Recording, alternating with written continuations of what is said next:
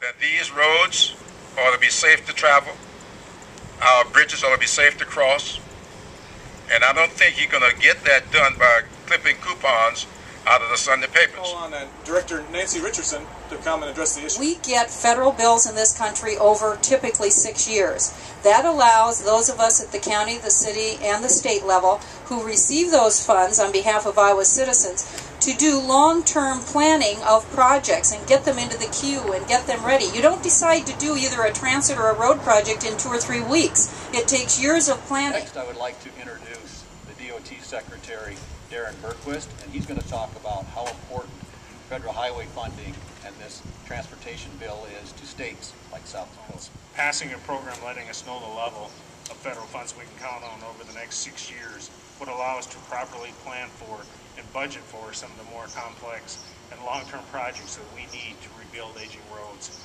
improve highway safety, and keep people and goods moving in and through South Dakota. Is from Oskaloosa, the Senate Transportation Committee Chairman, Tom Riley. Roads are about safety. Roads are about creating jobs. Roads shouldn't be political. Is Sioux Falls City Engineer Chad Beatty.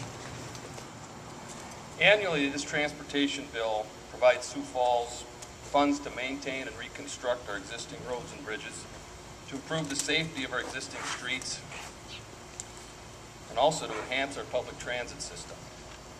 Sioux Falls needs the certainty that comes with this 6-year bill that'll help us to properly plan and execute these key projects in Sioux Falls. Mayor Alan Hanks, and he's going to explain just how important federal highway funding is to the city of Rapid City. What are the 2 leading industries in our state? Of course, ag is one, and our number 2 industry in the state is tourism, both extremely dependent on surface transportation.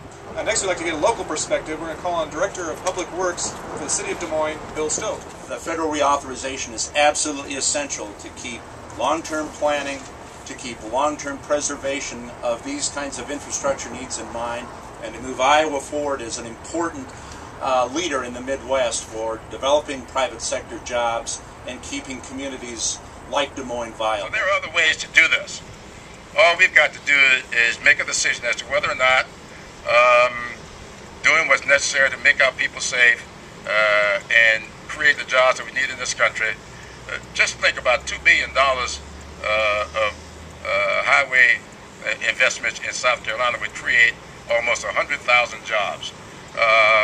That is nothing to sneeze at, and we ought to figure out a way to do it. And the only thing we can do to predict federal funding is to kind of look into our crystal ball and say, gosh, what do we think it's going to be each of the next 5 years? Because we don't have a bill that'll tell us that. You cannot continue to expect the states to do good transportation planning when they do not have an authorization bill. And next we have the ranking Republican on the Senate Transportation Committee. That's Larry Noble.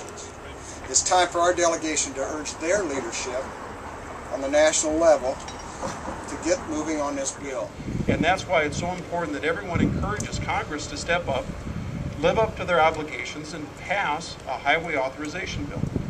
Not only is it important for the state, but also the counties and the cities. I encourage you to work with us, with our members of Congress, to get the message to them that we need a new surface transportation authorization bill passed now. I think we could just as soon pass this bill.